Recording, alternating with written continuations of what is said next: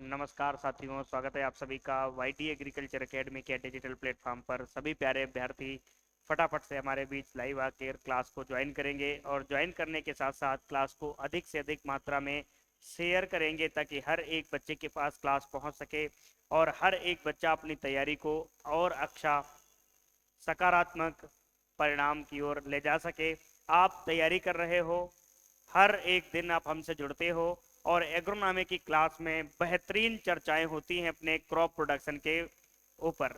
शुरुआत में हमने बेसिक अंडरस्टैंडिंग डेवलप की, अब हम क्रॉप प्रोडक्शन के अंतिम पड़ाव की ओर चल रहे हैं। आज हम पढ़ाएंगे आपको फोडर क्रॉप, चारे वाली फसलें। हमने ऑयल सीड को समाप्त कर लिया, पल्सेस को समाप्त कर लिया, सीरियल्स को समाप्त कर लिया। अब हम फोडर क्रॉप के रूप में आए हुए हैं। कल हम लोग फाइबर क्रॉप के रूप में पढ़ेंगे। देन उसके बाद हम सरकरा फसलों को पढ़ लेंगे और अपना जो सिलेबस है उसको कंप्लीट कर लेंगे। एक उत्तेजक पदार्थ फसल है तंबाकू, जिसको भी हम लोग कवर करेंगे। अब हम बात करते हैं कि फोडर क्रॉप में हम क्या क्या चीज़ों को देखेंगे, चारे वाली फसलों में कौन कौन सी फसलों को हम ज़्यादा इंपॉर्टेंस देंगे, ज़्यादा महत्व देंगे, उन पर चर्चा करते हैं। तो सबसे पहले एक बार बेहतरीन तरीके से क्लास को शेयर करिएगा ताकि हर एक बच्चा इस क्लास को देख सके और अपनी तैयारी को और अच्छा कर सके। तो सभी प्यारे अभ्यर्थी, सभी साथियों, आप लोग क्लास को शेयर करते रहना, शेयर रुकना नहीं चाहिए। और जो बच्चे टीजीटी पीजीटी की तैयारी कर रहे हैं वो संस्थान के द्वारा आयोजित टेक्स्ट सीरीज में प्रतिभाग कर सकते हैं। अपनी तैयारी को आंकना चाहते हैं तो वाईडी कृषि संस्थान के द्वारा उनका text series, Ganga text series launch की गई है, जो कि बहुत ही अच्छी टेक्स्ट सीरीज आपके लिए साबित होने वाली है। आप टेक्स्ट सीरीज से रिलेटेड वीडियो भी है, आप यूट्यूब पे जाएंगे, हमारे प्लेलिस्ट में जाएंगे, टेक्स्ट सीरीज ऑप्शन आपको मिलेगा प्लेलिस्ट में, आप उसको क्लिक करोगे। हमारा एजीटीए का टेक्स्ट सीरीज चल रहा है, टीजीटी पीजीटी के एग्जाम का टेक्स्ट सीरीज चल रहा है। आप सभी बच्चे वहां से टेक्स्ट सीरीज परचेज करके अपनी तैयारी का आकलन कर सकते हैं। और अगर आपको टीए का बैच परचेज करना है तो शताब्दी बैच हमारे पास उपलब्ध है, टीजीटी पीजीटी का टारगेट बैच हमारे पास उपलब्ध है। बहुत बच्चे टीए में हमारे साथ जुड़े और सभी बच्चों का फीडबैक पॉजिटिव रहा। इसका मतलब सभी बच्चे संतुष्ट हैं क्लास से। जो बच्चे इधर उधर भटक रहे हैं, अगर उनको सही मार्गदर्शन चाहिए है तो एक बार शताब्दी बैच की ओर आएं और क्लास पढ़ करके देखें। अगर आपको समझ में आ रहा है तो आप बैच को परचेज करें और अपनी तैयारी को और धुआंधार अंजाम देने की ओर सोच लें। ठीक है, क्योंकि अब वक्त है कुछ करने का, कुछ करके दिखाने का, कुछ हुनर अपना दिखाने का, कुछ समाज में अपनी वैल्यू बढ़ाने का। ये वक्त आ गया है सरकारी नौकरी पाने का। ठीक है, हम शुरुआत करने जा रहे हैं फॉडर क्रॉप के बारे में। चारे वाली फसलें, फॉडर क्रॉप।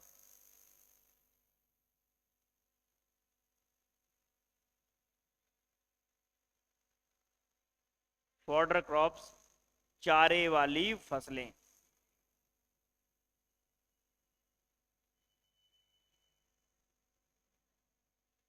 तो चारे वाली फसलों में हम लोग क्या क्या पढ़ेंगे, इस चीज पर चर्चा करेंगे। तो चारे वाली फसलों में हम लोग देखेंगे कि कौन कौन सी फसलों पर हम लोग विस्तार पूर्वक चर्चा करने वाले हैं। ठीक है, अब हम बात करेंगे चारे वाली फसलों में कौन कौन सी फसलों को हम देखेंगे, कौन कौन सी फसलों पर हम लोग एनालिसिस करेंगे। ठीक है, आगे हम लोग बात करते हैं फोडर क्रॉप के बारे में पढ़ेंगे। अब सबसे पहले हम चर्चा करेंगे फोडर क्रॉप में कौन कौन सी फसलें हमको पढ़नी है। तो पहला बिंदु हमारे पास आता है कि क्रॉप्स के बारे में हम जानेंगे। पहले एक तो हम लोग पढ़ेंगे जो सबसे इंपॉर्टेंट है, जिसका नाम है वर्सीम। चारे वाली फसलों में सबसे पहला पड़ाव हमारा आएगा वर्सीम। दूसरी फसल के रूप में हम पढ़ेंगे रिजका, जिसे लूसर्न भी कहते हो, आगे इसके और नाम भी बताएंगे। ठीक है, अल्फाल्फा भी इसको बोलते हैं। तीसरा हम लोग पढ़ेंगे जई, जो कि बहुत आजकल चर्चा का विषय बना हुआ है चारे वाली फसलों के केस में। देन उसके बाद अंतिम हम लोग बात करेंगे नेपियर घास या हाथी घास, जिसको कहते हैं हाथी घास। अब ये मुख्य रूप से चारे वाली फसलें हैं। बाकी चारे के रूप में तो हम ग्वार को भी उगा लेते हैं, लोबिया को भी उगाते हैं, उड़द को भी उगा लेते हैं, मूंग को भी उगाते हैं, ज्वार को भी उगाते हैं, मक्का और बाजरा को भी इवन चारे के रूप में हम लोग प्रयोग करते हैं। परंतु जो मेजर रूप से फसलें हमको पढ़नी है वो इस प्रकार से, बरसीम है, रिजका है, जई है और हाथी ग्रास, जिसको नेपियर घास भी हम लोग कहते। इन फसलों पर हमको चर्चा करनी है। अब ये जो चारे वाली फसलें हैं, इनका रिसर्च जो है, इनका शोध है, इनकी वैरायटी कहाँ डेवलप की जा रही है, इनके ऊपर इम्प्रूवमेंट, सुधार जो किया जा रहा है कि कैसे गुणवत्ता युक्त चारा पैदा किया जाए, प्रति हेक्टेयर ज्यादा हरा चारा कैसे हमें मिले, तो उससे रिलेटेड एक संस्थान है, बहुत ज्यादा चर्चा में पूछा जाता है, अपने उत्तर प्रदेश में ही है, इसलिए ज्यादा इंपॉर्टेंट है। तो लिख लेंगे IGFRI, IGFRI, ये संस्थान का नाम है। इसका पूरा नाम क्या होता है, तो लिखेंगे इंडियन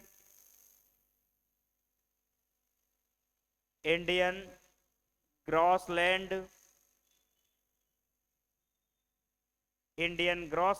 एंड फॉडर रिसर्च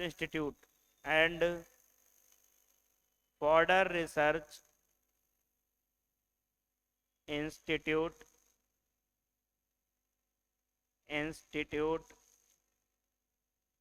यहां तक हमने देखा कि Indian grassland and fodder research institute ये कहाँ है, ये झांसी उत्तर प्रदेश में है। कहाँ है, झांसी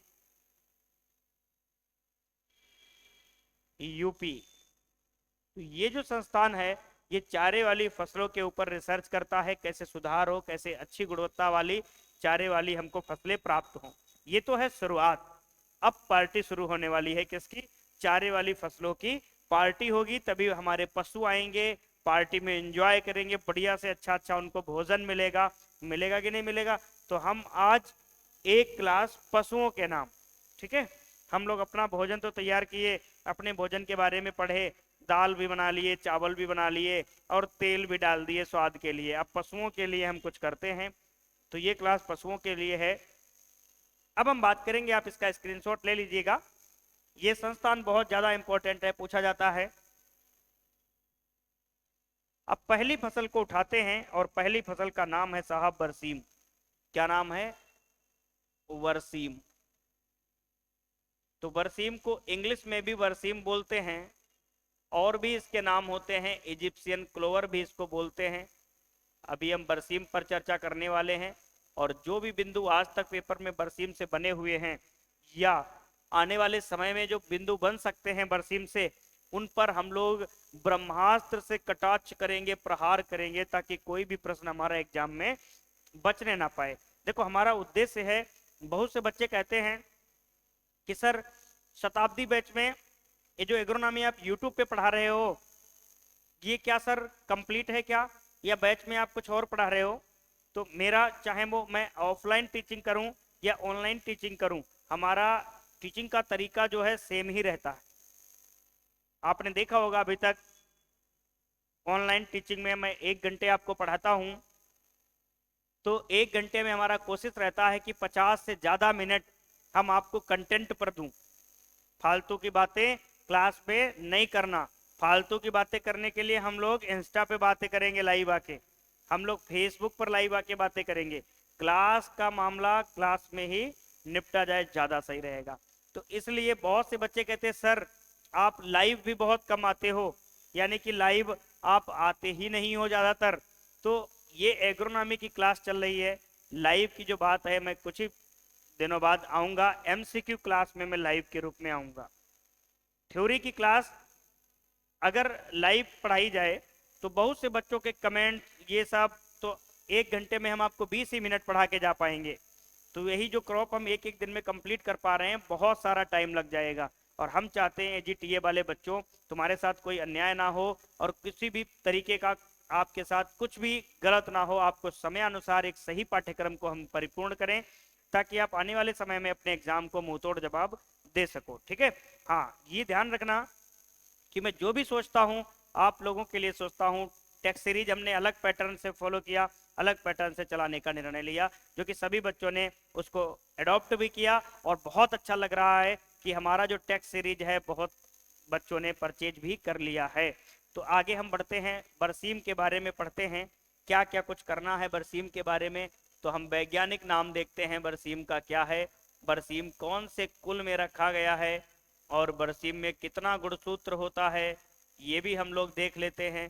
बरसीम का उत्पत्ति स्थान कहाँ पड़ता है, उत्पत्ति स्थान कहाँ देखने को मिलता है, बरसीम में क्रूड प्रोटीन कितना होता है, क्रूड प्रोटीन कितना होता है, और बरसीम में पचनीय शुष्क पदार्थ कितना होता है, पचनीय शुष्क पदार्थ कितना होता है, पचनीय शुष्क पदार्थ कितना होता है। ये सारी चीजों पर हम चर्चा करने वाले हैं। तो जो बरसीम होता है साहब, बरसीम का वैज्ञानिक नाम क्या होता है, ट्राइफोलियम, ट्राइफोलियम अलेक्जेंड्रिनम, ट्राइफोलियम अलेक्जेंड्रिनम,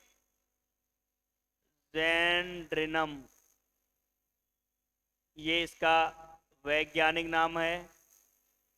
कुल कौन सा है, तो बरसीम लेग्यूमिनेसी कुल में रखी गई है। कौन से कुल में रखी गई है, लेग्यूमिनेसी कुल में रखी गई है साहब। इसी का दूसरा नाम कौन सा है, फेबेसी कुल में रखा गया है। कौन से, लेग्यूमिनेसी या फेबेसी कुल में इसको रखा गया है। गुणसूत्र की बात करते हैं तो साहब दो टाइप की स्पीसीज आती है, एक आती है द्विगुणित।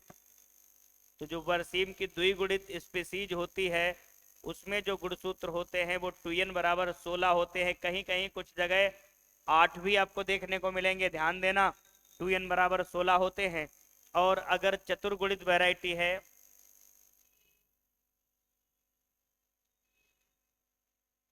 अगर चतुर्गुणित वैरायटी है, चतुर्गुणित है, ये उल्टा लिख गया, चतुर्गुणित,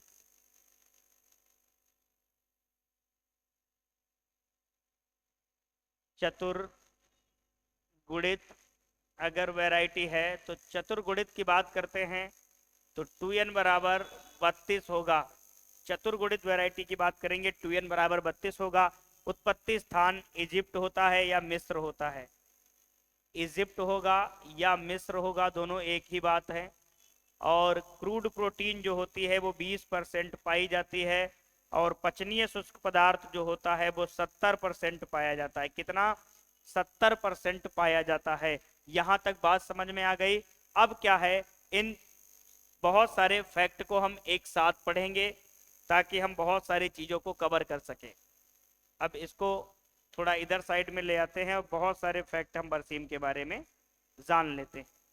तो सबसे पहला बिंदु हमारे सामने आना चाहिए, बरसीम से जुड़े हुए कुछ अन्य महत्वपूर्ण तथ्य जो इस प्रकार से हम देखेंगे। तो बरसीम इधर भी लिख लेंगे, रबी ऋतु का मुख्य चारा है।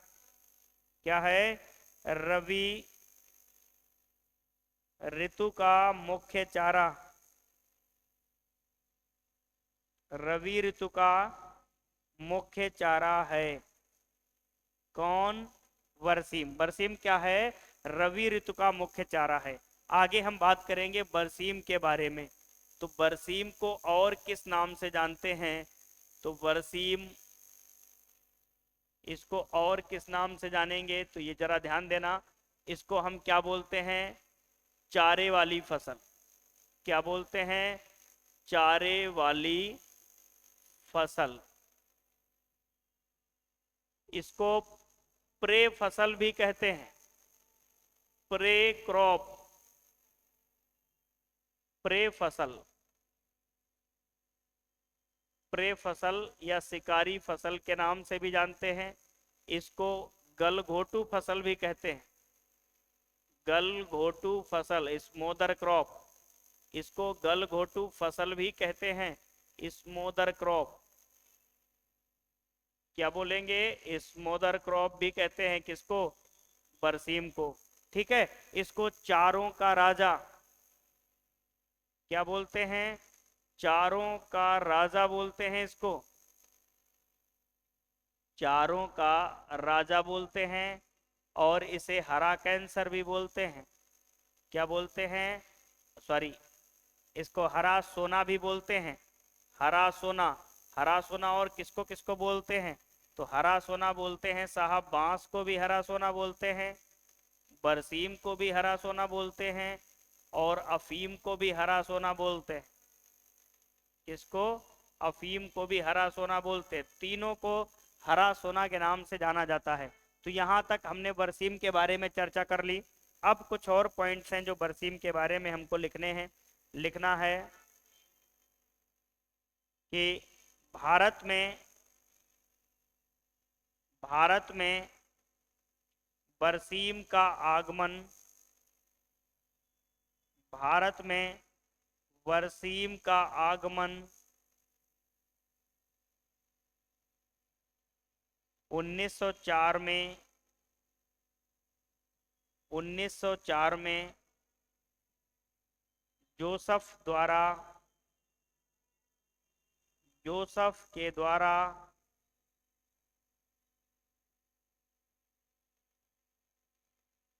मीरपुर संधु में हुआ था,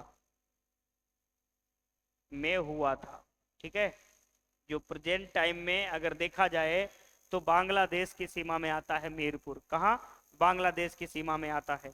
आगे हम बात करें, क्रिकेट का स्टेडियम भी है मीरपुर में। बरसीम को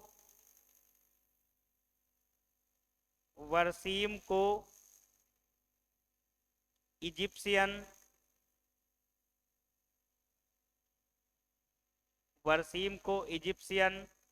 क्लेवर के नाम से भी जानते हैं, इजिप्शियन क्लेवर के नाम से भी जानते हैं, के नाम से भी जानते हैं, नाम से भी जानते हैं। तो बरसीम को और किस नाम से जानते हैं? इजिप्शियन क्लेवर के नाम से भी जानते हैं।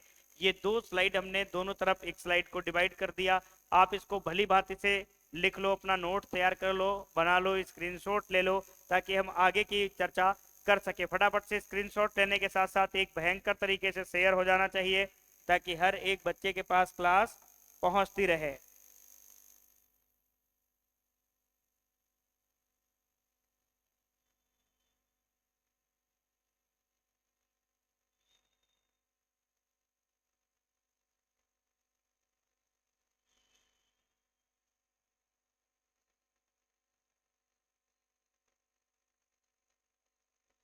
चलिए आगे हम लोग बात करते हैं। लिखिए,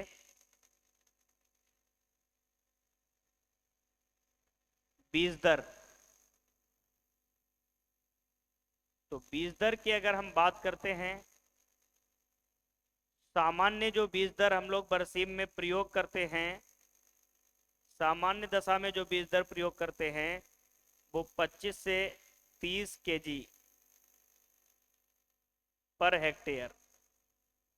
और अगर हम पछेती बुवाई करेंगे, अगर हम पछेती बुवाई करना चाहें बरसीम की, तो हम कितनी बीज दर रखेंगे? 30 से लेकर के 35 KG per hectare, 35 KG per hectare, ये बीज दर रखते हैं। अगर हम मिश्रित सस्यन अपना लें, अगर हम मिश्रित सस्यन अपनाएं, मिश्रित सस्यन, तो बरसीम की बीज दर वही रखते हैं। तो मिश्रित सस्यन में हम लोग क्या करते हैं? बरसीम प्लस सरसों को उगा लेते हैं। बरसीम प्लस सरसों को जब उगाते हैं, तो सरसों को उगाने का उद्देश्य होता है बरसीम की पहली कटाई पर इसकी उपज बढ़ जाए। तो बरसीम और सरसों को जो उगाते हैं, तो सरसों की जो बीज दर रखते हैं वो 2 किलोग्राम प्रति हेक्टेयर रखा जाता है। कितना?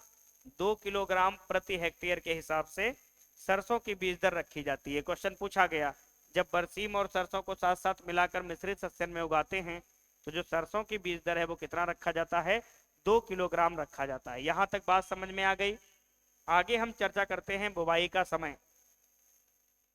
उससे पहले हम बात करते हैं डिप्लॉयड और टेट्राप्लॉयड, डिप्लॉयड और टेट्राप्लॉयड प्रजातियों का बोते समय अनुपात, प्रजातियों का बोते समय अनुपात। कितने अनुपात में डिप्लॉयड प्रजातियां बोते हैं, कितने अनुपात में इनका बीज डालते हैं हम लोग जब बुवाई करते हैं, तो डिप्लॉयड और टेट्राप्लॉयड का क्या रेशियो रखते हैं, तो 1:2, मतलब डिप्लॉयड का 1 भाग, टेट्राप्लॉयड का 2 भाग। इसको उल्टा करके प्रश्न पूछा जा सकता है, टेट्राप्लॉयड और डिप्लॉयड का अनुपात क्या होगा, तो ये अनुपात बदल जाएगा। ऐसा जहां कभी भी प्रश्न आए सोयाबीन में तेल और प्रोटीन का, जब प्रश्न आए तो ध्यान देना, सोयाबीन में तेल और प्रोटीन का केस उल्टा हो जाता है। जैसे सोयाबीन में तेल कितना होता है, 20% होता है, 20 से 22, और प्रोटीन होता है 40 से 42। तो तेल और प्रोटीन का जो अनुपात होता है वो 1:2 होता है। जब कभी भी ऐसा प्रश्न आए तो आप गलती नहीं करनी है, यहीं पर जैसे एक नोट करके हम यहीं पर पॉइंट लिखा दे रहे हैं। सोयाबीन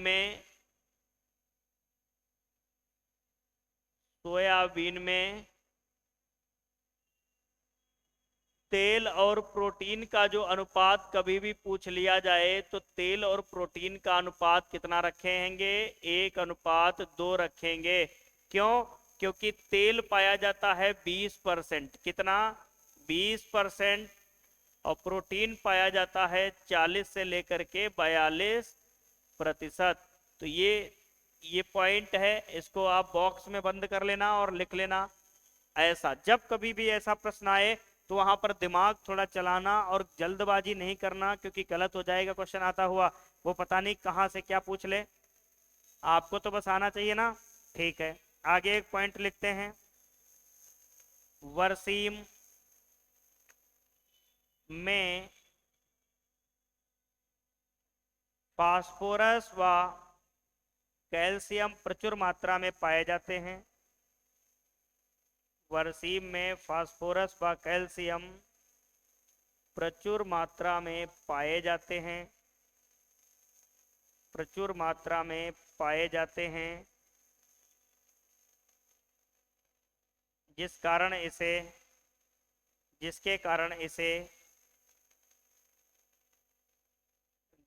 कारण इसे मिल्क इनरिचमेंट के नाम से जाना जाता है, जिसके कारण इसे मिल्क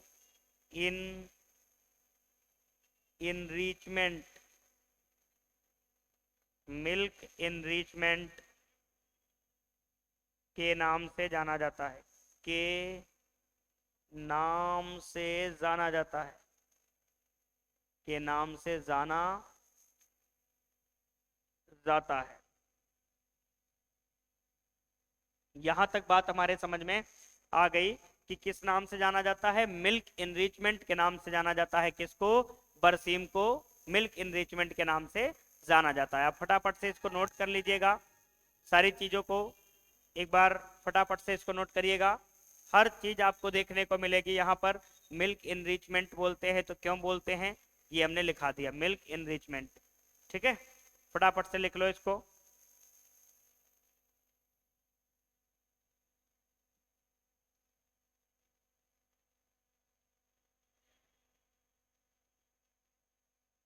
चलिए आगे हम बात करते हैं, बुवाई का समय क्या है इसका। तो बुवाई का समय की बात कर लेते हैं। बुवाई का समय, तो बुवाई का समय देखते हैं, अक्टूबर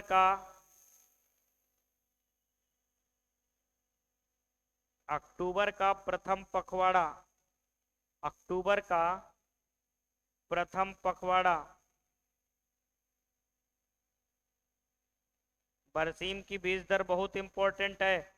अक्टूबर का प्रथम पखवाड़ा जो होता है बुवाई का समय माना जाता है, और 15 अक्टूबर से कहा जाता है कि 30 अक्टूबर या 25 अक्टूबर तक इसके बुवाई का सबसे अच्छा समय माना जाता है। आप इसका स्क्रीनशॉट ले लीजिएगा। फिर हम आगे बढ़ते हैं अन्य चीजों पर, जैसे इसकी वैरायटियों पर चर्चा करेंगे, फिर इसकी कटाई पर चर्चा करेंगे, फिर इसका बायो फर्टिलाइजर जो प्रयोग किया जाता है उस पर चर्चा कर लेंगे, और इसके बारे में थोड़ा बहुत जान लेंगे। अब हम बात करते हैं इसकी प्रजातियां। तो प्रजातियों के ऊपर जब हम चर्चा करते हैं तो प्रजातियां इसकी पूछी जाती हैं। एक तो डिप्लॉयड और एक पूछी जाती है टेट्राप्लॉयड। टेट्राप्लॉयड ध्यान देना, प्रजातियों का जब कभी भी केस पूछा जाएगा डिप्लॉयड में आएगा मिसकाबी, मिसकाबी, खदरावी, खदरावी, वरदान, वरदान सरसों की भी वैरायटी है, मस्टर्ड की, छिंदवाड़ा, छिंदवाड़ा, IGFRI, IGFRI 99-1। ठीक है, ये वैरायटी ऐसी हैं जो डिप्लॉयड हैं। टेट्राप्लॉयड हैं पूसा जायंट, बहुत इंपॉर्टेंट वैरायटी है पूसा जायंट, पपीता की भी है, बरसीम की भी है और नेपियर घास की भी है। और टाइप 678, टाइप 678, ये बहुत इंपॉर्टेंट वैरायटी हमने आपको बता दिया। जो भी इंपॉर्टेंट वैरायटी हैं ये आपसे यहां से क्वेश्चन पूछा जाएगा। ठीक है, ये है इंपॉर्टेंट वैरायटी। अब बात करते हैं इसकी कटाई के ऊपर, चर्चा कर लेते हैं कि कटाई का केस क्या है बरसीम में, फिर आगे की कहानी को हम लोग पढ़ते हैं। तो हमने वैरायटी देखा, अब कटाई का केस देखते हैं कि कटाई, हार्वेस्टिंग,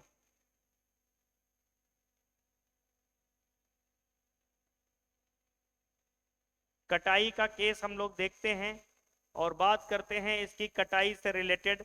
तो सबसे पहले कटाई में बात आती है नंबर 1, दाना प्लस चारा, चारा हेतु,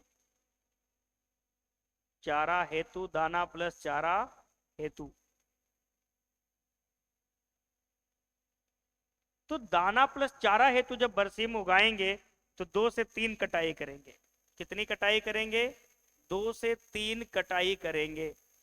2 से 3 जब कटाई करेंगे तो हरा चारा जो प्राप्त होगा, जो हरा चारा प्राप्त होगा वो 500 से लेकर के 600 क्विंटल होगा।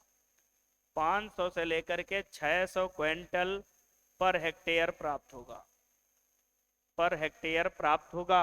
और दाना कितना प्राप्त होगा? दाना प्राप्त होगा 4 से 6 क्विंटल, 4 से लेकर के 6 क्विंटल पर हेक्टेयर प्राप्त होगा। ये तो बात आ गई अपने चारा और दाना हेतु। अब केवल चारा हेतु जब बरसीम की कटाई करते हैं तो 5 से 6 कटाई करते हैं। कितनी करते हैं? 5 से 6 कटाई करते हैं। तो हमें हरा चारा जो प्राप्त होता है, जो हरा चारा प्राप्त होगा वो 800 से लेकर के 1000 क्विंटल पर हेक्टेयर, इतना हमें हरा चारा प्राप्त होता है। यहां तक अब बात देखें। अब पहली कटाई की बात आती है कि फर्स्ट कटाई, फर्स्ट कटाई, ये क्वेश्चन यहां से आता है कि पहली कटाई कब करते हैं? तो पहली कटाई करते हैं बुवाई के 50 से 55 दिन बाद। बुवाई के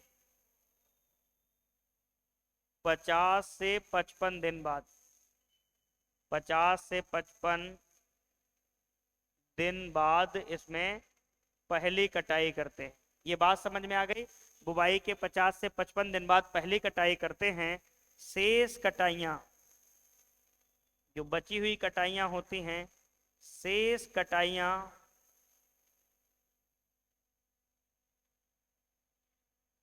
शेष कटाइयां 25 से 30 दिन के अंतराल पर की जाती हैं। 25 से 30 दिन के अंतराल पर की जाती हैं। 25 से 30 दिन के अंतराल पर की जाती हैं। तो यहां पर ये पूरा स्लाइड हमने कटाई पर आधारित लगा दिया। अब आप सोच रहे होंगे कि सर कटाई से जो भी प्रश्न बनेंगे आपने तो इसमें सब लिखा दिया और सारे प्रश्न हमारे हो जाएंगे। बिल्कुल, आप प्रीवियस ईयर का पेपर उठा के देखना, बरसीम से रिलेटेड जो भी प्रश्न आए होंगे आपके पेपर में सारे के सारे मिलेंगे। अभी और भी कुछ पढ़ना है बरसीम के बारे में। बरसीम में बायो फर्टिलाइजर कौन सा यूज करते हैं, बरसीम के अंदर एक खरपतवार लगता है जो बहुत ज्यादा इंपॉर्टेंट है, उसको भी हम लोग पढ़ लेंगे। तो आप अभी इसका स्क्रीनशॉट ले लीजिएगा फटाफट से और सेशन को शेयर कर दीजिएगा ताकि हर चीजें हमें अच्छे से पता हो सके।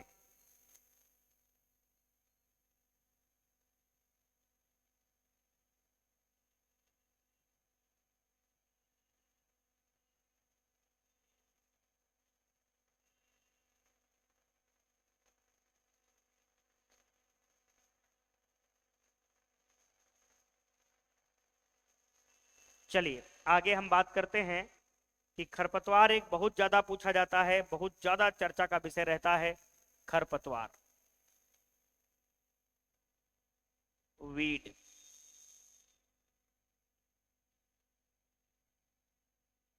यहां से प्रश्न देखने को मिलेगा ही मिलेगा। तो बीड जो लगता है आपत्तिजनक खरपतवार होता है, कौन सा? कासनी। कासनी। अब कासनी से रिलेटेड बहुत सारे पॉइंट बनेंगे। सबसे पहला पॉइंट, द्विवर्षीय खरपतवार। कई बार पेपर में आता है निम्नलिखित में से द्विवर्षीय खरपतवार का चयन कीजिए। तो द्विवर्षीय खरपतवार आपके सामने आ गया, वाइनियल वीड आ गया। आपत्तिजनक खरपतवार, आपत्तिजनक खरपतवार। आपत्तिजनक खरपतवार को अंग्रेजी में क्या कहते हैं? Objectional weed. Objectional weed. और इसको वैनियल बोलते हैं, वैनियल वीड। ठीक है। अब वाइनियल वीड आपत्तिजनक खरपतवार होता है बरसीम का। अब हम बात करते हैं बरसीम का मुख्य खरपतवार। बरसीम का मुख्य खरपतवार, मुख्य खरपतवार पेपर में कहां से क्वेश्चन आएगा? तो इन्हीं बिंदुओं से जो मैं पढ़ा रहा हूं, कासनी से लेकर आपसे यही क्वेश्चन आएगा कि सर कासनी किसका खरपतवार है? तो बरसीम का खरपतवार है। अब कासनी से रिलेटेड कासनी का वैज्ञानिक नाम क्या होता है ये भी जान लो। तो कासनी का जो वैज्ञानिक नाम होता है चिकोरियम इंटाइवस। चिकोरियम इंटाइवस। चिकोरियम इंटाइवस ये कासनी का वानस्पतिक नाम होता है। नोट करके पॉइंट लिखिए। इसकी जड़ों का, इसकी जड़ों का प्रयोग यूरोपीय देशों में, इसकी जड़ों का प्रयोग यूरोपीय देशों में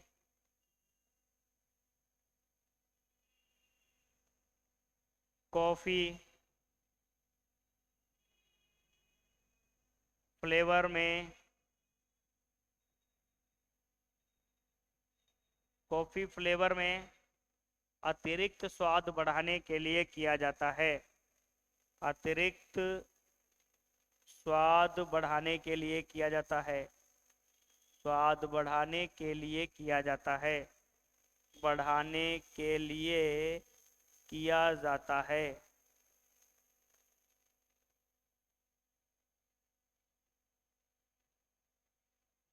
ठीक है। ये हमने देखा कि बरसीम में कासनी के बारे में हम लोगों ने अच्छे से चर्चा कर लिया। अब इसका उपचार कैसे करेंगे, इसकी रोकथाम कैसे करेंगे? तो उपचार की बात करते हैं या रोकथाम की बात करते हैं। तो जब बात आएगी उपचार या रोकथाम की, तो उपचार या रोकथाम देखेंगे। बुवाई से पहले,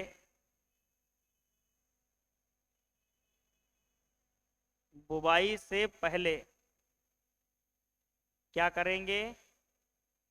5% ब्रायन सोल्यूशन मतलब नमक का घोल, 5% नमक के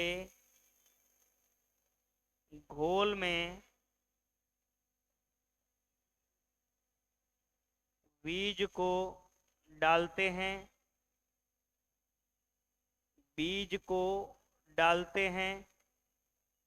कासनी का बीज हल्का होने के कारण, एक जैसा ही बीज होता है बरसीम के जैसा ही, कासनी का बीज हल्का होने के कारण,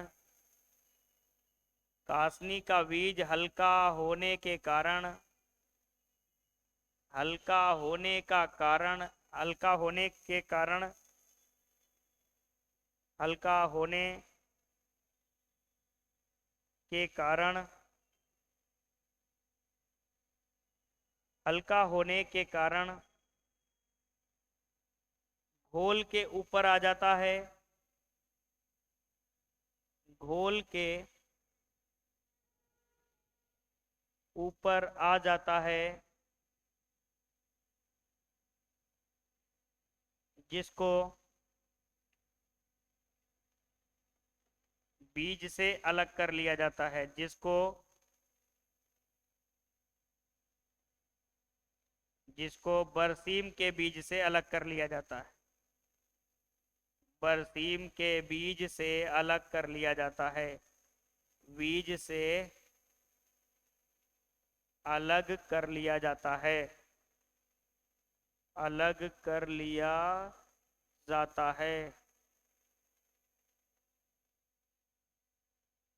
ठीक है, ये हो गया कासनी का उपचार। यहां तक हमने देखा कि कासनी को कैसे उपचारित करते हैं। ब्राइन सोल्यूशन प्रयोग कर लेंगे, और ब्राइन सोल्यूशन नमक का घोल होता है, डालते हैं। कासनी का बीज हल्का होता है, जैसे ही हम किसी बाल्टी में 5% नमक का घोल बनाएंगे, उसमें बरसीम को जो बोने जा रहे होंगे उससे पहले डाल देंगे घोल में। कासनी का बीज हल्का होगा, ऊपर उतराने लगेगा। जब ऊपर उतराने लगेगा, उसको कपड़े या छन्नी से छान के बाहर कर लेंगे, और नीचे जो बीज होगा उसको बाद में पानी से धुलने के बाद फिर हम बोने जाते हैं, ताकि कासनी का बीज अलग हो सके। ठीक है, ये कहानी थी कासनी की। इसको आप लिख लो फटाफट से।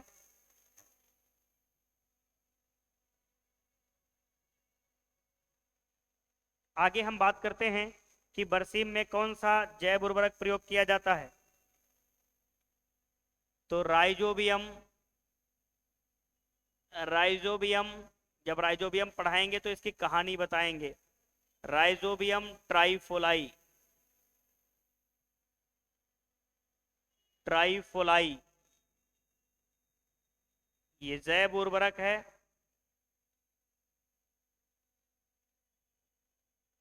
जैव उर्वरक है, किसमें प्रयोग किया जाएगा? तो बरसीम में प्रयोग किया जाएगा। किसमें प्रयोग किया जाएगा? बरसीम में प्रयोग किया जाएगा। इसको भी लिख लो। राइजोबियम ट्राइफोलाई जैव उर्वरक है, किसमें प्रयोग किया जाएगा? बरसीम में प्रयोग किया जाएगा। अब अगली फसल लिखते हैं हम लोग, रिजका। रिजका, जिसको हम लोग बोलते हैं अल्फा अल्फा, अल्फा अल्फा, या जिसको हम लोग बोलते हैं लूसर्न। क्या बोलते हैं? लूसर्न। अंग्रेजी में एक ही नाम लूसर्न। अल्फा अल्फा भी कहते हैं, परंतु एक ही नाम ध्यान रखेंगे, लूसर्न। ठीक है, अब हम कहानी देखेंगे लूसर्न की, और बात करेंगे इंपॉर्टेंट फैक्ट की। यहीं से सारे पॉइंट बना लेते हैं लूसर्न के बारे में। ठीक है, तो लूसर्न के बारे में हम कुछ लिखते हैं। जैसे कि अगर हम बात करें इसके बारे में, इंपॉर्टेंट पॉइंट लिखेंगे। सबसे पहले इसका वैज्ञानिक नाम लिखेंगे। तो इसका वैज्ञानिक नाम क्या होता है? इसका कुल कौन सा होता है? इसमें गुणसूत्र कितने होते हैं? इसका उत्पत्ति स्थान कहाँ है? इसका उत्पत्ति स्थान कहाँ है? इसमें क्रूड प्रोटीन कितना होता है? इसका क्रूड प्रोटीन कितना है? पचनीय शुष्क पदार्थ कितना है? पचनीय शुष्क पदार्थ कितना है? ये वाला पॉइंट देखेंगे। और ये भी देख लेंगे, रवि ऋतु का चारा है। कैसा है? रवि ऋतु का चारा है, रवि ऋतु का चारा है। ये पॉइंट रहेगा। अब इसका वैज्ञानिक नाम देख लेते हैं, क्या नाम होता है? मेडिकैगो, मेडिकैगो सटाइवा। क्या नाम होता है? मेडिकैगो सटाइवा नाम होता है इसका। छोटी छोटी क्रॉप्स हैं, बहुत जल्दी जल्दी इनको हम लोग कंप्लीट कर लेंगे क्योंकि इनमें नॉर्मल है, बस पढ़ना है और इसमें ज्यादा कुछ नहीं करना है। तो इसका नाम क्या हो गया, मेडिकैगो सटाइवा। कुल कौन सा होता है, लेग्यूमिनेसी। कौन सा है, लेग्यूमिनेसी है। अभी हमने इसका एक और नाम बताया था, फेवेसी। गुणसूत्र 2n बराबर होते हैं 32। कितने होते हैं, 32। उत्पत्ति स्थान दक्षिणी पश्चिमी एशिया। क्या होता है, दक्षिणी पश्चिमी एशिया। इसका जो उत्पत्ति स्थान की बात करते हैं तो दक्षिणी पश्चिमी एशिया माना जाता है। क्रूड प्रोटीन की बात करते हैं तो 15 से लेकर के 20% तक क्रूड प्रोटीन देखी जाती है। पचनीय शुष्क पदार्थ की बात करते हैं तो 72% जो है वो पचनीय शुष्क पदार्थ पाया जाता है।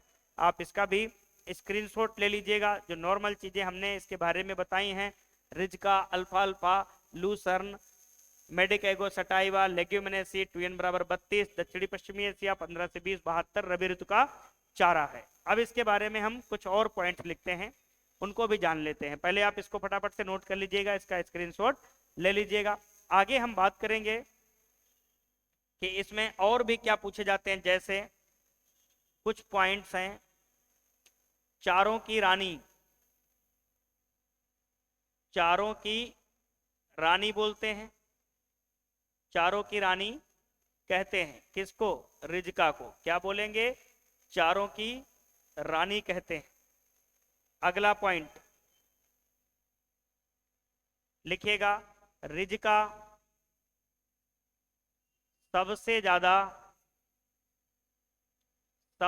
ज्यादा नाइट्रोजन स्थिरीकरण करने वाली, सबसे ज्यादा नाइट्रोजन स्थिरीकरण करने वाली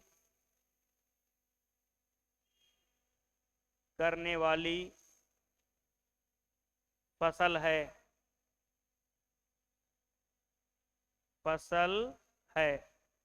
ठीक है। कौन सी, रिजका। अब इसमें जैव उर्वरक कौन सा प्रयोग करते हैं, तो रिजका में जैव उर्वरक कौन सा प्रयोग करते हैं, तो जरा ध्यान देंगे। जैव उर्वरक,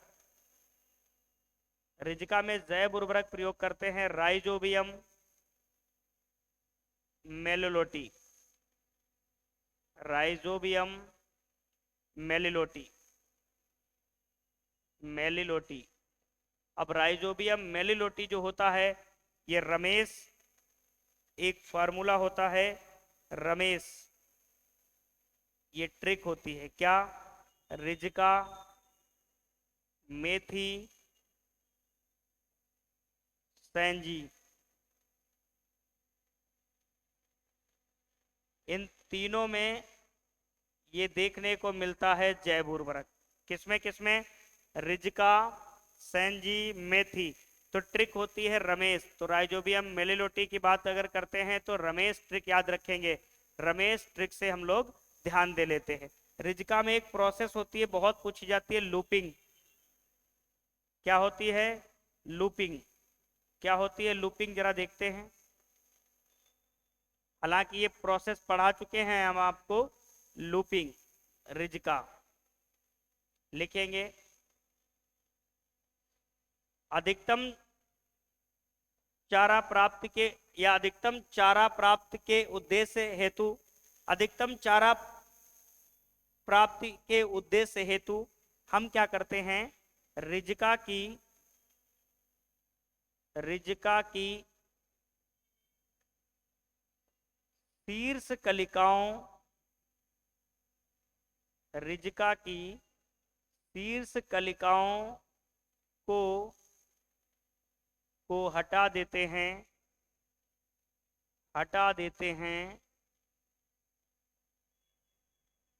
ताकि पार्श्व कलिकाओं की वृद्धि अच्छी हो सके, ताकि पार्श्व कलिकाओं की वृद्धि अच्छी हो सके, ताकि पार्श्व कलिकाओं की वृद्धि अच्छी हो सके। हम इस पॉइंट में क्वेश्चन और आंसर दोनों लिख दिए हैं, वृद्धि अच्छी हो सके। इसका मतलब होता है सिर्फ शीर्ष कलिकाओं को हटाना, लूपिंग कहते हैं। अब क्वेश्चन आए क्यों करते हैं, तो पार्श्व कलिकाओं की वृद्धि अच्छी हो जाती है ताकि पार्श्व कलिकाओं की वृद्धि अच्छी हो सके क्योंकि पार्श्व कलिकाओं से ही चारे की प्राप्ति होती है। क्योंकि क्योंकि पार्श्व कलिकाओं का ही चारे के रूप में प्रयोग होता है। पार्श्व कलिकाओं का ही चारे के रूप में प्रयोग होता है। चारे के रूप में प्रयोग होता है। चारे के रूप में प्रयोग होता है। जो सहायक शाखाएं होती हैं साइड वाली, उन्हीं को बढ़ने के लिए हम लोग ऊपर वाली कलिकाओं को तोड़ देते हैं, क्योंकि ऊपर वाली कलिकाएं न्यूट्रिएंट फालतू में ले रही हैं, उनको हम ऊपर से कट कर देते हैं ताकि जो लेटरल ब्रांच होती हैं वो ज्यादा ग्रोथ कर सके, और जो लेटरल ब्रांच ज्यादा ग्रोथ करेंगी तो चारे का निर्माण ज्यादा होगा। ये तो हो गई कहानी रिजिका से संबंधित। ठीक है, अब हम रिजिका की बीज दर, वेराइटी, इन पर चर्चा कर लेंगे। तब तक आप इसका स्क्रीनशॉट ले लीजिएगा।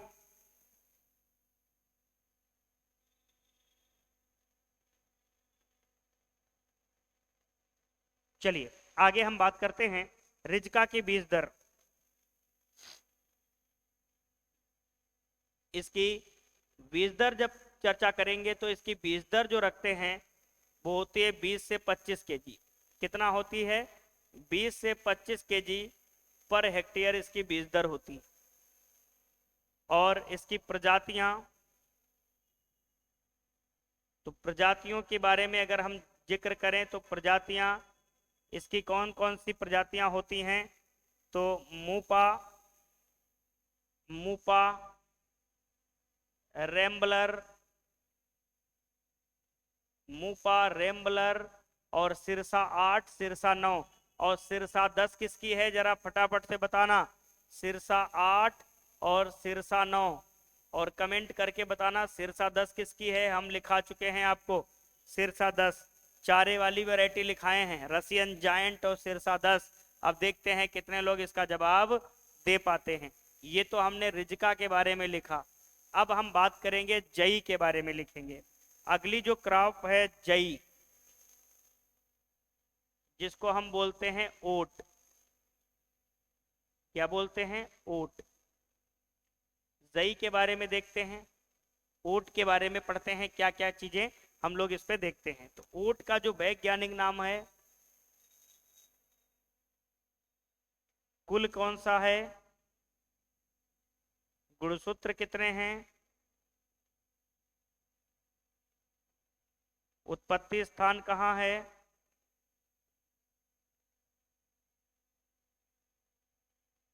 प्रोटीन कितना पाया जा रहा है,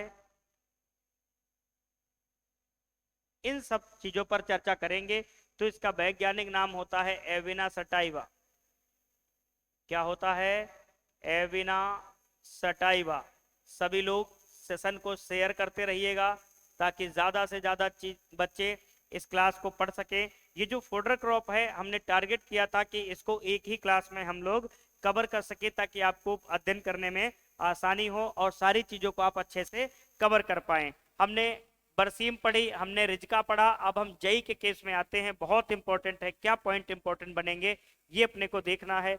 कुल कौन सा होता है जई का? तो कुल होता है ग्रेमिनी। कौन सा होता है? ग्रेमिनी कुल का पौधा होता है। गुणसूत्र इसमें 2n बराबर 42 होते हैं। कितने होते हैं? 42। उत्पत्ति स्थान इसका होता है एशिया माइनर। इंपॉर्टेंट लगा लेना, एशिया माइनर, इसको इंपॉर्टेंट लगा लेना। जितना इंपॉर्टेंट स्टार बना पाना। जई का उत्पत्ति स्थान, प्रोटीन 10 से 12%। कितना? 10 से 12% जई में प्रोटीन देखने को मिलता है। कितना? 10 से 12%। अब हम कहानी आगे जई के बारे में लिखते हैं। क्या कहानी लिखते हैं? अगला पॉइंट, बीज दर। जई की जो बीज दर है वो कितनी होती है? तो लिखेंगे 100 केजी। 100 केजी प्रति हेक्टेयर। अब ब्रैकेट में लिखना, सभी चारे वाली फसलों में सर्वाधिक बीज दर, सबसे अधिक बीज दर।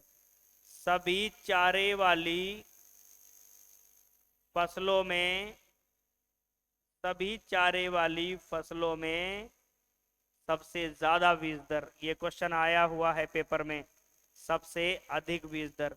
तो अगर क्वेश्चन पूछा जाए कि निम्नलिखित में से सबसे अधिक बीज दर किसकी होती है, चारे वाली फसलों का ही उदाहरण दिया हो तो जई, सभी चारे वाली फसलों में सबसे अधिक बीज दर होती है किसकी, जई की होती है, ध्यान देना। ठीक है, ये तो हमने बीज दर की कहानी देख ली। अब हम बात करते हैं वैरायटी, प्रजाति। तो प्रजाति की जब बात आती है, जई में कौन सी प्रजाति प्रयोग करते हैं, तो प्रजाति के केस में अगर हम बात आती है तो कैंट, कैंट का प्रयोग करते हैं। यूपीओ, यूपीओ 212 और यूपीओ 222 ये भी प्रयोग करते हैं जई की वैरायटी। अब हम बात करते हैं जई में क्या हम और कुछ देख सकते हैं, बिल्कुल, क्या, नकलची खरपतवार, नकलची खरपतवार, नकलची खरपतवार कौन सा है, जंगली जई, जंगली जई। इसका नाम क्या होता है, एविना फटुआ, एविना फटुआ इसका नाम होता है, एविना फटुआ। ठीक है, क्या नाम होता है, एविना फटुआ, दिख रहा है ना। अब क्वेश्चन आता है, जो जंगली जई है इसमें तीनों प्रकार की सुसुप्तावस्था देखने को मिलती है। जो जंगली जई है, जंगली जई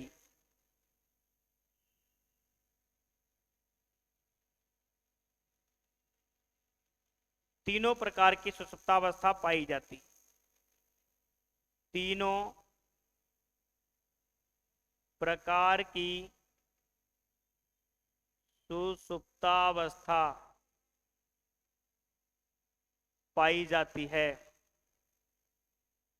तीनों प्रकार की सुसुप्तावस्था पाई जाती है। कौन कौन से तीनों प्रकार की, नंबर 1 इनेट,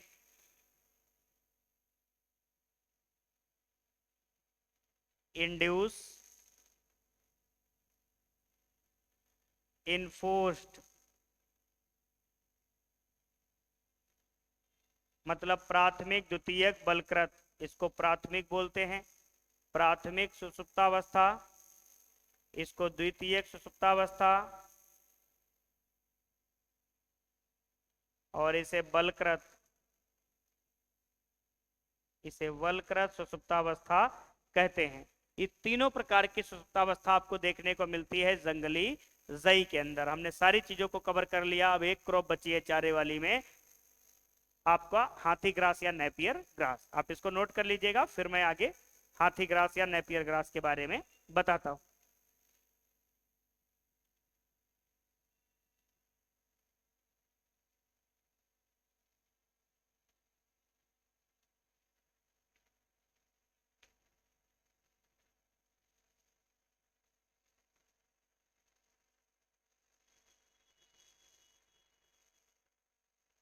चलिए आगे देखते हैं।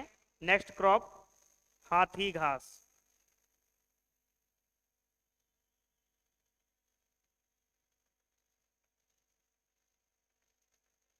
Elephant grass.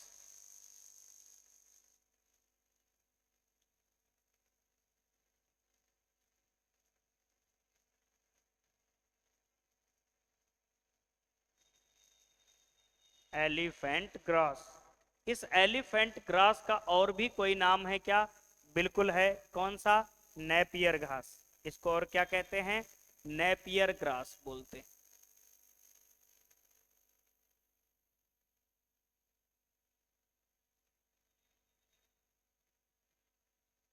नेपियर ग्रास भी कहते हैं।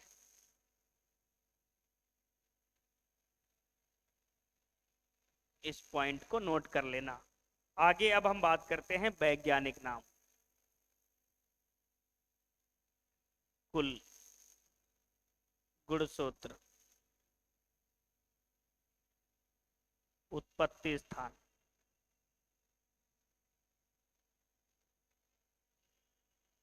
इन चीजों के बारे में देखते हैं। तो इसका वैज्ञानिक नाम होता है पेनिसेटम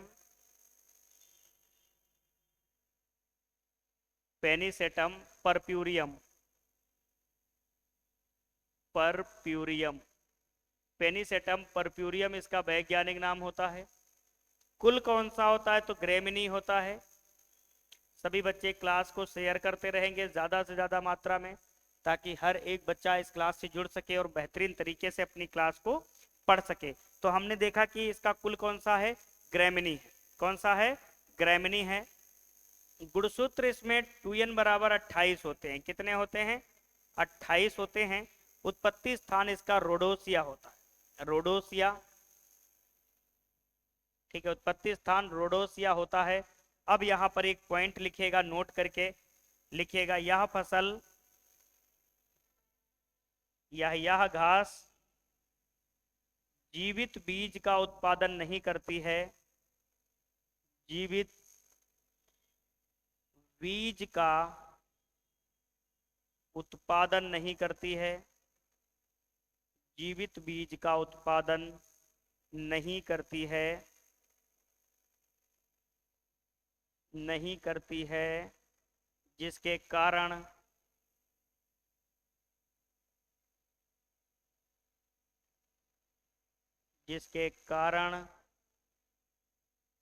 इसका व्यावसायिक प्रवर्धन किया जाता है, जिसके कारण इसका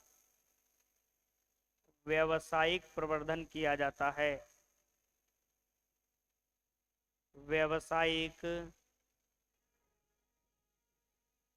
प्रवर्धन किया जाता है, व्यावसायिक प्रवर्धन किया जाता है। यहां तक बात समझ में आ गई? तो जो व्यावसायिक प्रवर्धन किया जाता है तो कटिंग्स प्रयोग होती हैं इसकी, ठीक है, तना कटिंग, इसकी तना कटिंग प्रयोग होती हैं। और कितनी तना कटिंग लगती हैं इसकी? तो 27,800 cutting per hectare, cutting per hectare. कितनी?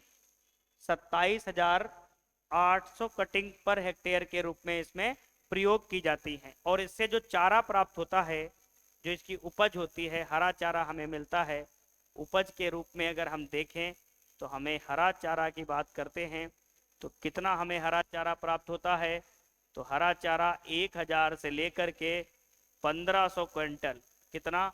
1000 से लेकर के 1500 क्विंटल पर हेक्टेयर की दर से चारा प्राप्त होता है। कितना? 1000 से लेकर के 1500 क्विंटल तक चारा हमको प्राप्त होता है। ये हो गया आपका फोडर क्रॉप का मामला फिनिश। तो जो बच्चे एजीटीए, टीजीटी की और यूपी कैटेट जैसे एग्जाम की तैयारी कर रहे हैं, उनके लिए क्रॉप प्रोडक्शन में हम लोग serial, pulses, oil seed, fodder crop को कंप्लीट कर चुके हैं। अगर इन बच्चों को इस क्लास का पैनल पीडीएफ चाहिए है तो जैसे ही क्रॉप प्रोडक्शन समाप्त होता है आप हमारा एप्लीकेशन वाईडी एग्रीकल्चर एकेडमी को डाउनलोड करिएगा। और एप्लीकेशन डाउनलोड करने के बाद आप रजिस्टर करिएगा और फ्री नोट्स वाले कॉलम पे जा करके आप ये नोट्स उठा सकते हैं, वहां से डाउनलोड कर सकते हैं और अपना पढ़ाई कर सकते हैं। तो ये नोट्स कहाँ मिलेंगे? एप्लीकेशन पे मिलेंगे हमारे। जैसे ही क्रॉप प्रोडक्शन कंप्लीट होगा आपको कंप्लीट क्रॉप प्रोडक्शन का नोट्स मिल जाएगा। आप सभी बच्चे धैर्य रखिए, 3 से 4 दिन का आप धैर्य रखिए, आपको सारी चीजें विधिवत मिलेंगी।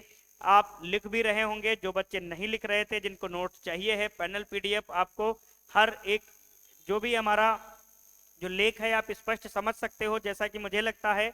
ठीक है, तो आप इनका पैनल पीडीएफ आपको मिल जाएगा, आप डाउनलोड कर लेना। हाँ, तैयारी अगर आपकी अच्छी चल रही है तो इसको रुकने मत देना, थमने मत देना, क्योंकि तूफान अभी लाना है जिंदगी में, क्योंकि सरकारी नौकरी घर लाना है। आपको इस समय सबसे बड़ा कौन चीज परेशान कर रहा है? बेरोजगारी की जैकेट, जो बहुत ज्यादा ठंडक है हमारे पास बेरोजगारी की, तो हमें बेरोजगारी की जैकेट ओढ़नी पड़ रही है। इसको कब हटाओगे? जब कब एग्जाम को निकालोगे? ये आप बार बार अंतरात्मा बोल रही है कि रे तू कब नौकरी पाएगा। ठीक है, तो इस अंतरात्मा को हम दबाएंगे कब? जब अच्छी मेहनत करेंगे और फाइनल एजीटीए के सिलेक्शन को पालेंगे। अच्छा, बहुत से बच्चों का विचार क्या है, अरे सर पता नहीं पेपर कब होगा। तैयारी तो हमारी ठीक चल रही थी, हमने ये इस कोचिंग का नोट्स पढ़ लिया था, पूरा तैयार कर लिया था सिलेबस। अब हम बाद में पढ़ेंगे जब डेट आएगी। नहीं, हर बच्चा मेहनत कर रहा है, निरंतर कर रहा है। तो अगर आप निरंतरता को भूल गए तो समझ लेना नौकरी पाना आपके बस की बात नहीं होगी फिर। क्योंकि हम सत्य बोलते हैं, अगर आप थोड़ा सा भी लापरवाही करोगे आप हाथ धो बैठोगे नौकरी से। क्योंकि आप ही नहीं बल्कि 38,190 बच्चे का सपना है कि हमें एजीटीए बनना है। बनेंगे कितने? 3446। ये आप भी जानते हो, हम भी जानते हैं, और भी लोग जानते हैं। समझ में आ गया? अब तुम लोग ये देखना छोड़ दो कि प्रीवियस कट ऑफ क्या थी, प्रीवियस ईयर का पेपर कैसा था, इस बार कट ऑफ कितनी जाएगी, कितने क्वेश्चन कर लें कि हमारा सिलेक्शन हो जाएगा। अरे वही लोग बता रहे हैं आपको जो अभी तक एजीटीए का खुद अवलोकन नहीं किए हैं कि कैसा पेपर आता है, क्या उसका स्टैंडर्ड हो सकता है। तो बचो इन चीजों से। मैं कह रहा हूं मार्केट में आपको हर तरीके का प्रोडक्ट मिलेगा। क्या आप हर तरीके का प्रोडक्ट खरीदने के लिए बने हुए हो? नहीं ना। आपके लिए जो अच्छा हो आप उसी को खरीद के लाओगे। तो मैं नहीं कहता कि आप वाईटी एग्रीकल्चर एकेडमी पे आके पढ़ो, आपको जो संस्था अच्छी लगे आप वहां जाके पढ़ो, परंतु समय मत खराब करो, क्योंकि समय बहुत अनमोल है। अगर समय के साथ खेलोगे तो समय आपके साथ बहुत अच्छे से मुस्कुराते हुए खेलेगा, और फिर उस समय की मार बहुत भयानक होती है। एक चांटे से 100 गुना ज्यादा मार होती है। क्योंकि आप एक बार एग्जाम में अगर असफल हो गए तो अगले 3-4 साल तक आप वेट करते रहोगे ऐसी नौकरी की। बहुत अच्छी नौकरी है टेक्निकल असिस्टेंट, जिसको कृषि प्राविधिक सहायक भी कहते हैं। आज के लिए इतना ही, अगले दिन मिलेंगे फाइबर क्रॉप के रूप में एक नई एनर्जी के साथ। तब तक आप लोग इस क्लास को शेयर करिएगा ताकि हर आपके छोटे भाई बड़े भाई बहन के पास ये क्लास पहुंचती रहे, और वाईटी एग्रीकल्चर एकेडमी का नाम संपूर्ण उत्तर प्रदेश में ऐसे ही बना रहे, क्योंकि आपका सहयोग, हमारा संघर्ष सकारात्मक परिणाम की ओर हमको ले चलेगा। धन्यवाद।